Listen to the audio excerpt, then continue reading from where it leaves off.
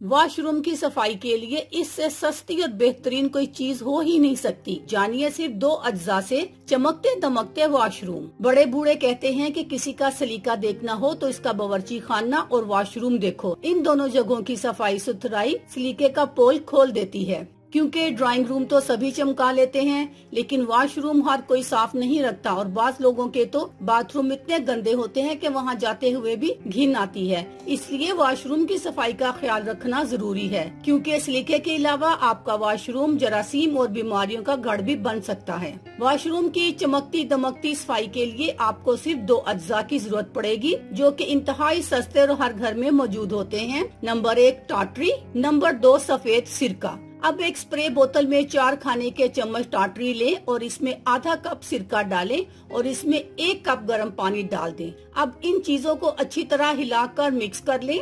आपका बेहतरीन cleaning liquid तैयार है। अब जहाँ जहाँ जरूरत हो वहाँ वहाँ इसको स्प्रे करें और किसी भी नर्म कपड़े से इसे साफ कर लें। हर किस्म के दाग धब्बे और निशानात बासानी साफ हो जाएंगे।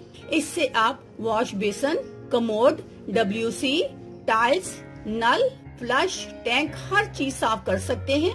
ये मिक्सचर आपके लिए जादू होगा, जो कि मिनटों और सेकंडों में हर चीज की सफाई कर देगा। अल्लाह हाफिज।